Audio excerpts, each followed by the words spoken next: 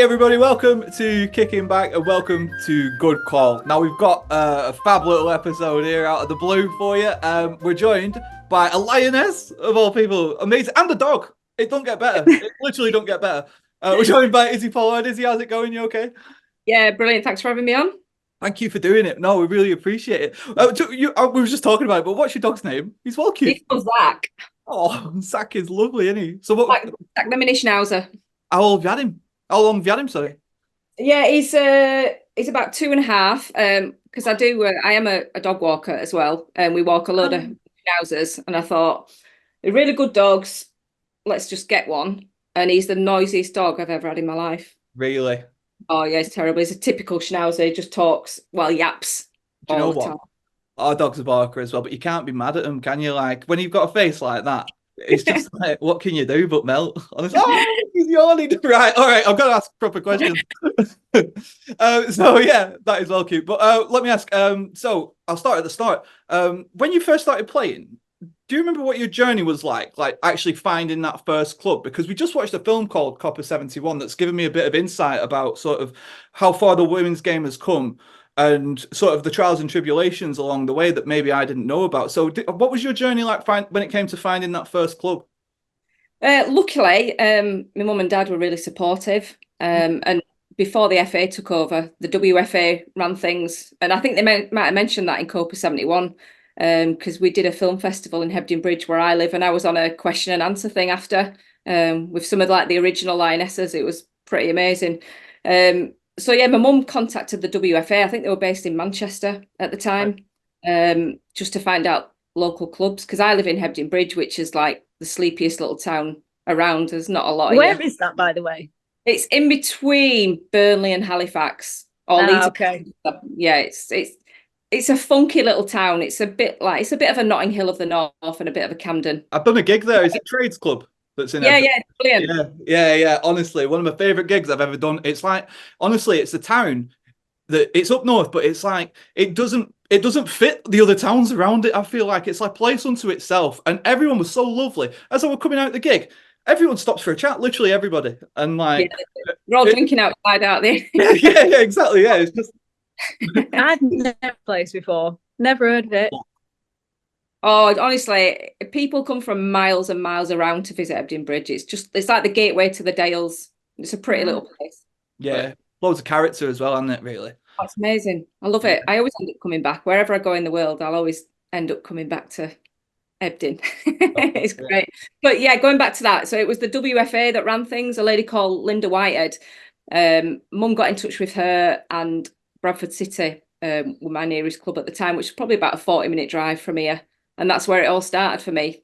Happy days. Love that. Do you remember what those early years were like when it came to actually sort of seeing a career in front of you? Do you know what I mean? Like, when was the first moment that you thought, I've got a career here? This is me. Like, this is like what it's meant to be. Probably never thought the career thing, because it wasn't like that sort of a pathway back then. It was more of a hobby. Yeah. I mean, there was always the chance that we may be able to see it go semi-pro, which we did without the money. So we didn't have to pay subs, or we might get a bit of petrol money or a tenner a game, I think we got to. But yeah, the early days were, you kind of got stuck in at the deep end as like 12, 13, 14-year-old. We were playing against women, so there were no real sort of like age tiers. There weren't like an under 10s or under 12s or whatever. It was just like straight in character building and get roughed up. But who were the best teams back then? In the area? Doncaster Bells. Yeah, because it didn't get sort of nationalised for a long time, so it was still very much regional. So Doncaster Bells were in a league with like Huddersfield Town, Bradford City, and they just smashed it. I mean, I knew going into any sort of Donny Bells fixture, it was going to be we would do really well to keep it under 10-0. Really? Oh yeah. They just smashed it, and it was same with like Arsenal in them days. They just played in like regional leagues. So yeah, I mean, it was amazing to play against them because they were all sort of like England internationals. But to get hammered was because these were the people that used to see it. You only, when it was on TV, it was like the FA Cup finals. It was like Doncaster Bells against, I don't know, Millwall Lionesses, or and that was the biggest stage, I suppose, that they played in all year was just the FA Cup, which is the opportunity to play sort of like national sides. Otherwise, they were sort of stuck to like Yorkshire for years.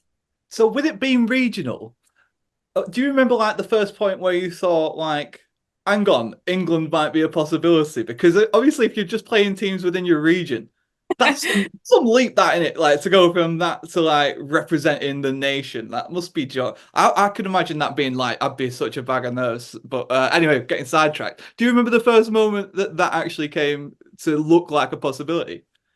Yeah, I mean, I played county hockey, so I was playing like regional hockey, and it kind of came down to like who have I got more chance of like representing my country, and hockey's kind of elitist, it's kind of like public school sort of a thing, or it was back then, maybe not so much now, and there was probably more girls playing playing hockey than there was girls playing football back then. I mean, it's totally different now, isn't it? So. I suppose I did really well at Bradford, and then the next team I was about 15, 16, and I did really well there, and I played with Claire Taylor. You might not know Claire Taylor, but she was centre half for England. She played for Liverpool. She played at Bronte with me, and she played hockey for England. She played cricket for England, and she played football for England. So she was like a multi-talented. And I played centre half with her at Bronte, and it was her that kind of had a word with the England, as it was then. Have a word with, player has a word with England. It's all right, isn't it? I know her, she's all right, have her in. But yeah, it was Claire that sort of like put me forward for England at like 16. I mean, that had never happened now, because you've got a beautiful pathway now as an under 14, under 16, and you kind of molded into a system of play, which is fantastic. As a 16-year-old, when you go on to an 18-year-old, the way that England play, and the coaching techniques are all the same. But like, going in as a 16-year-old into sort of like senior football was like, wow. It was tough. International senior football as well. Exactly. And I think my second, I didn't get many. I wasn't as prolific as like Fletch, but I remember playing out in Italy, and it was against Carolina Marace, and she was down at managing. Was she at Lewes or London City, I think. Right. Yeah, and she was like one of the most prolific Italian footballers around, wasn't she? And she was. So I was like 16, and with just this cheeky Italian ways. Like what? Go on, tell us. And I was like. I won't say I was a nice centre half, but I didn't know all the things that like international strikers do, like stepping back on your feet and like squishing your foot around, and as they stood you, just the shirt pulls, the lifting you up, are you all right, mate? And then just gripping under your arm, give it a squeeze, and God. I bet you learned that side of it though, didn't you? Yeah, it was fun. It's like, yeah. I mean, I would still never do that anyway. I'm not into that sort of play, but I suppose some still do. Oh, do they? Of course they do. You like that, Millie? Yeah, I don't mind a bit of that.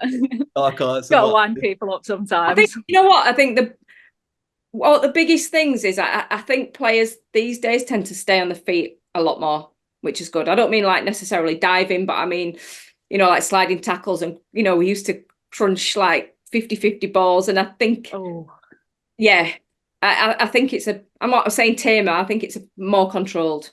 The coaching's different in it, and it was just a little bit raw and edgy probably back then. I like that, me. I love that side of it. I do. I love what you say. It took you to get used to like the difference between sort of playing for the team versus playing for the country. Was it like pretty much just like you say, just thrown in and just crack on straight away? Or was it a case of like seeing the level up? I mean, luckily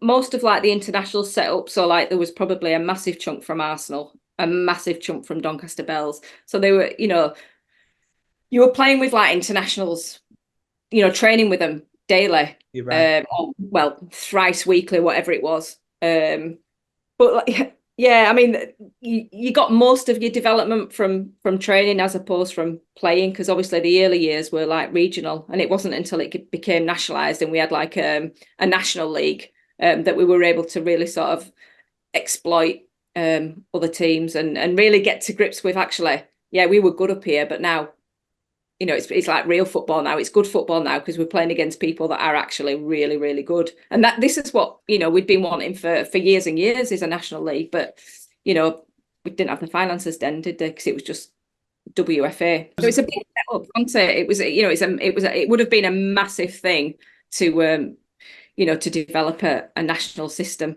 as it were, and probably would take greater than the WFA because it was only small to do something like that. I'm with you, yeah. When you look at the clubs that you've been at, then, because I know you're at Leeds, weren't you, and captain Leeds and stuff like that, which sounds peachy, doesn't it? Sounds amazing. Was that the most fun that you had at a club? Or was that like the fondest time, or would you look at different clubs? Yeah, I mean, I was 16 when I went to Millwall, so I was really young, but I just knew that I needed to do that to get where I wanted to be in football. So much to my mum and dad's disgust, they were horrified that I wanted to just throw away my education and, you know, just go wild to London and not, you know. London. Yeah, I mean, Millwall were really good. I got a job and they sorted everything out for me. Did you live down there? Yeah. Yeah, I lived in Catford, Lewisham, South East London.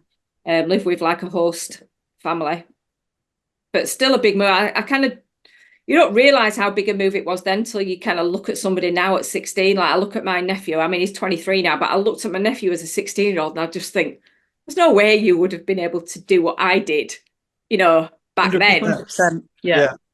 I still get sick because I was threatening to leave the country at 18 and everyone was telling me there's no way. And I was like, watch me. 10 years later, still haven't. But yeah.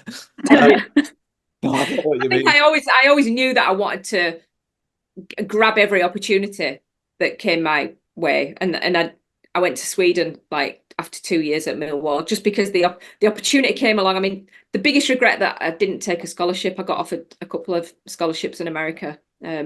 One at San Francisco and one at Connecticut.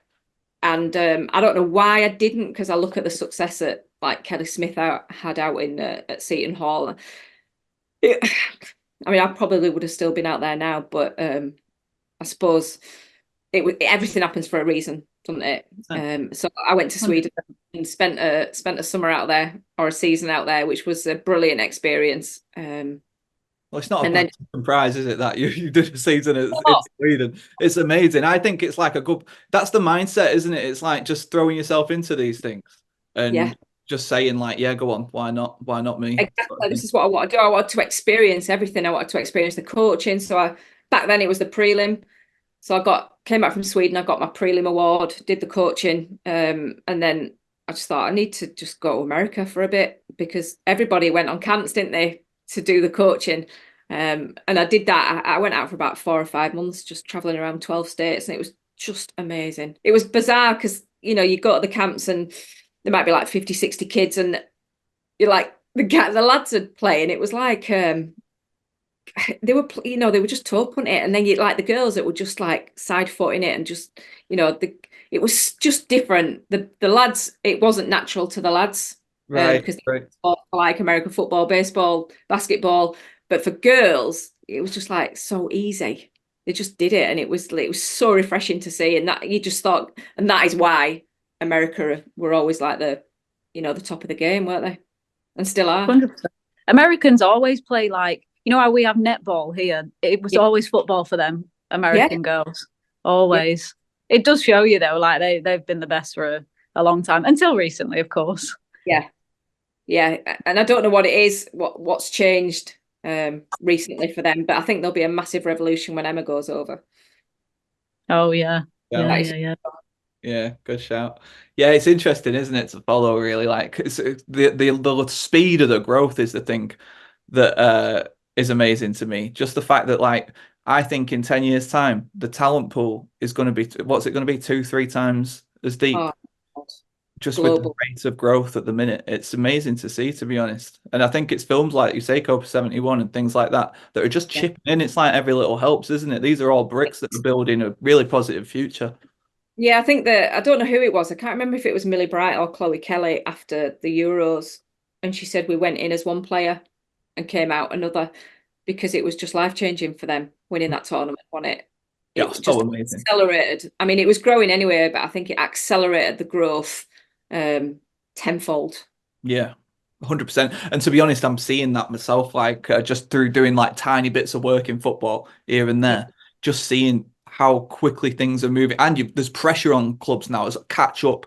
If you're not there now, catch up, speed up, and they feel it, and you can see them working on it. Which is, to be honest, there's two sides to me. I think it's a shame it's taken that, but at the same time, I'm like, right, well, no excuse now, is the like crack on sort of thing. And it's an interesting spot. I think we're at the start of something, aren't we? Like it's not we're not seeing the effects yet. We're just about setting up what we're going to see in the next. Absolutely, and I think everyone's on the same pitch. Like even the FA know they don't want to make mistakes that they made in the men's development. So they can put things in place now so that it doesn't happen again. And so I think we're in a really good position to grow quicker and better. What can you tell us, just a side note, really? It's just because I was looking at the dog again. Can you tell us a bit about the work you're doing currently? Out. Tell us about Canada. I'd love to hear about that as well. Honestly, so Rebirth do a lot of their work in Canada. So they create scholarship pathways. They've got partnerships with like 7 or 8 universities out there, but work with all of them, which is like 51 universities. What we also do is elite academy tours. So we are speaking to most championship, WSL, European, global teams. So yeah, we do the academy tours. We do the scholarship pathway, and we also act as representatives as well, agency work, which is booed by a lot of folk in it, the agency work. But I think what's different with us is that we've got the FIFA registered agents that deal with like the contracts and negotiations. But Fletch and I want to work with the players more. So in terms of like welfare, chit chat, it's the women's game, the change room. We know everything happens. Women's football will never change in that respect. And we've been there. So, we quite like the fact that we can speak to the players as mentors and as friends and as mums. We're not young now. You guys are the best to do it, though, isn't it? Like, you talk about agents, but like that's the way forward, isn't it? 100%.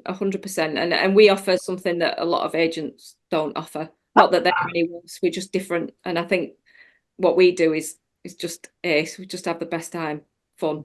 Just speaking my mind as well. It's like you rarely hear any focus, and I think this is so wrong, on player welfare.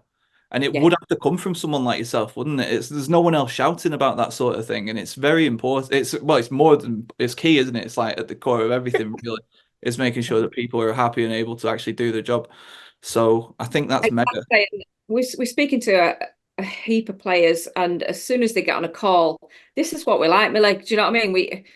Craig's got his dash down, James has got his little staffy, Julie's got 3 on her knee, and it's just relaxed. It's nice. It's never suited and booted. It's just that's what players need, though. Like they need that personal kind of approach, innit? Exactly, and this is how we want to be. So yeah, I mean, we're new into it, and obviously we're doing the women's side now, so it's just building the fundamentals, just the development, and it's how we want it to be. So we will speak to players and say, what do you want from us? Some players don't want that.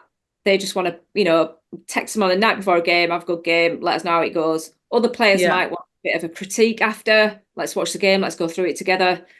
How do you feel? And then others will just want contact when it's time for like contract change. So whatever a player wants is what we do. Because I was just thinking, them elite academy tours, can you tell us a bit about what they entail and like what that actual trip would look like, just for people who might not be aware?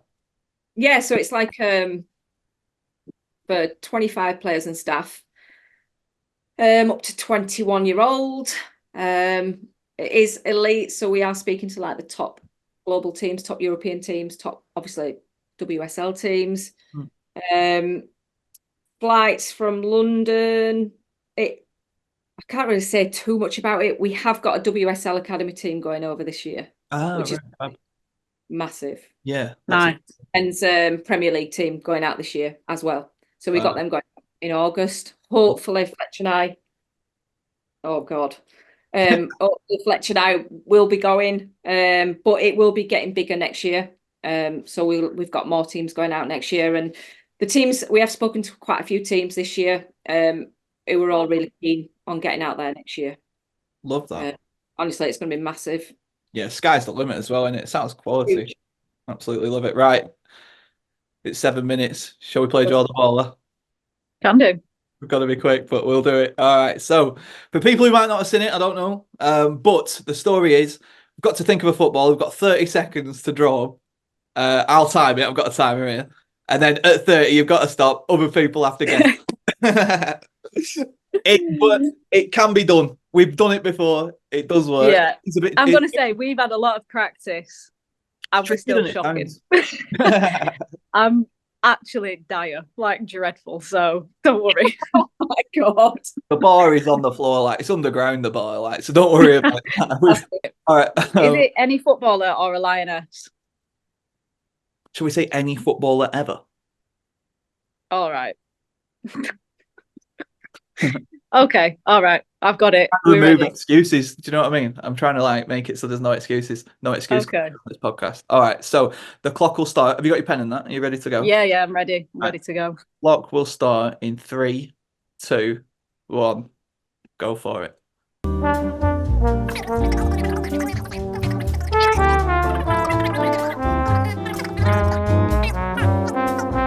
Okay. It took a second. Right. Are you ready? Go for it.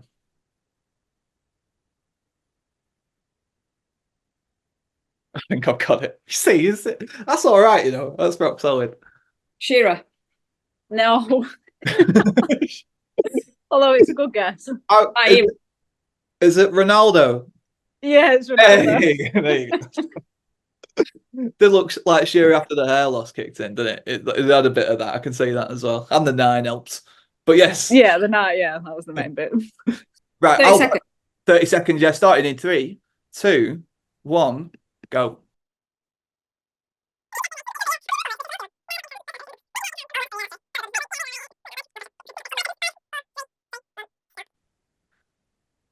Let's have a